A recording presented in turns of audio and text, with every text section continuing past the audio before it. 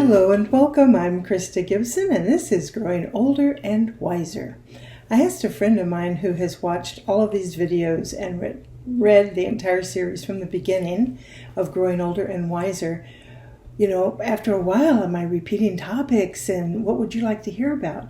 Well, she was pretty fast to say, why don't you talk about when you get to a situation where you need to use a cane or a scooter and how that can actually be fun. And I was like, okay, I've talked about this a little bit, but I hear where she's coming from.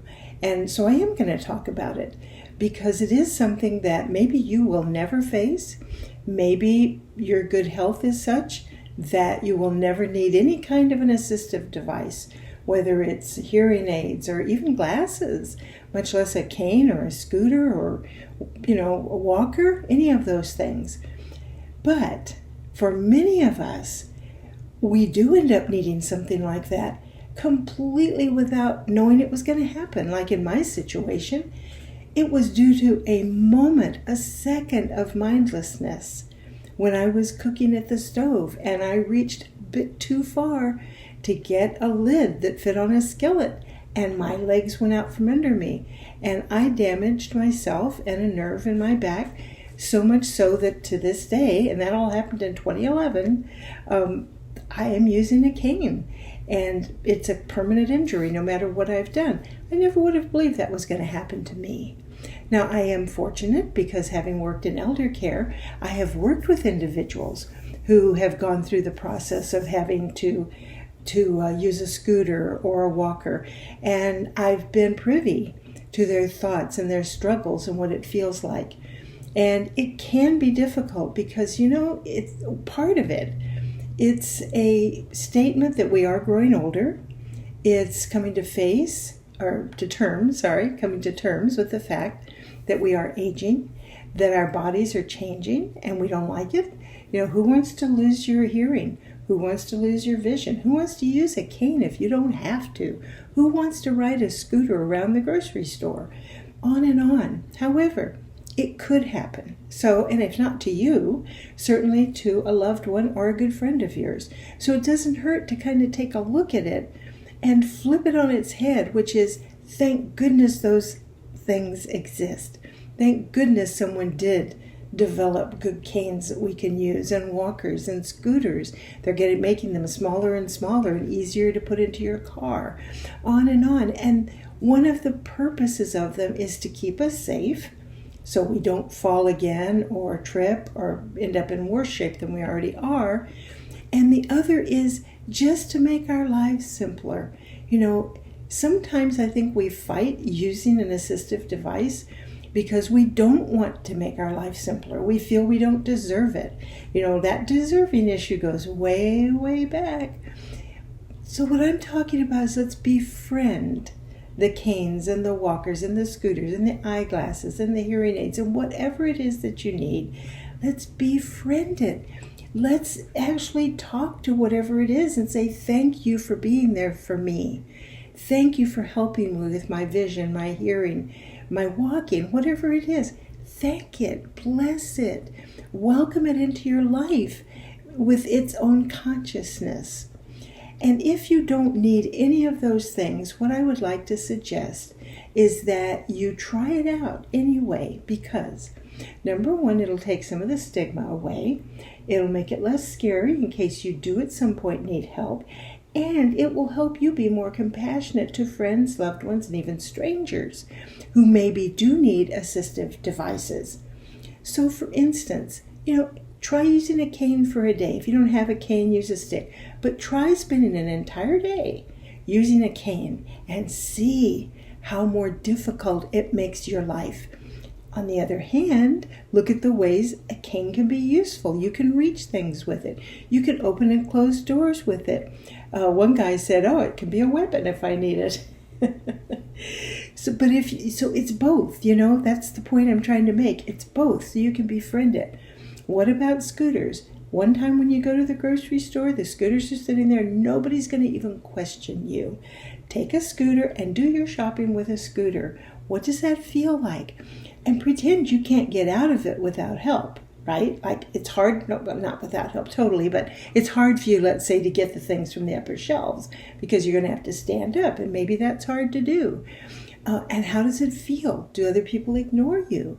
Do they kind of reach out to help you? Feel what it's like to ride a scooter in public and take away the shame, take away that sense of, oh, I'm less than because I need to use a scooter. So what? What you will learn, number one, most people don't even notice because most people are not paying attention to other people. Everybody is very self-absorbed. Number two, some of the people who do pay attention are compassionate. They care and they want to help you. And how nice is that?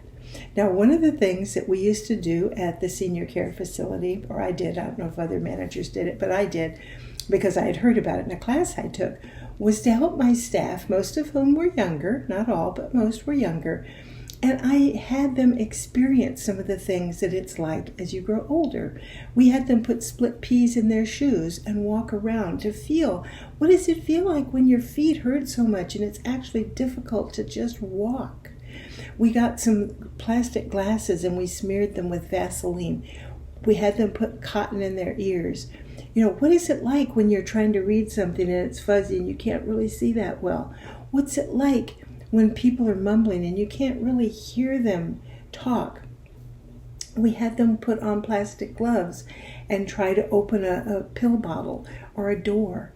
We gave them the experience of what it would be like if they were losing some of the abilities of their physical body, which is what's happening to the seniors. They were there to help and to work with. And it really made a difference because people understood better what it was like to grow older and to lose some of the things that they just took for granted and which we all take for granted. One funny thing I will say, and the gist of what I'm trying to say is befriend the quote-unquote dark side, of needing some kind of assistance in your life. Just befriend it. If it's there, quit fighting against it. Find a way to incorporate it into your life and, if possible, even have fun. I think I've told this story before, how at the retirement community where I was the manager, I was in an apartment right off a hallway, and I was doing a final inspection.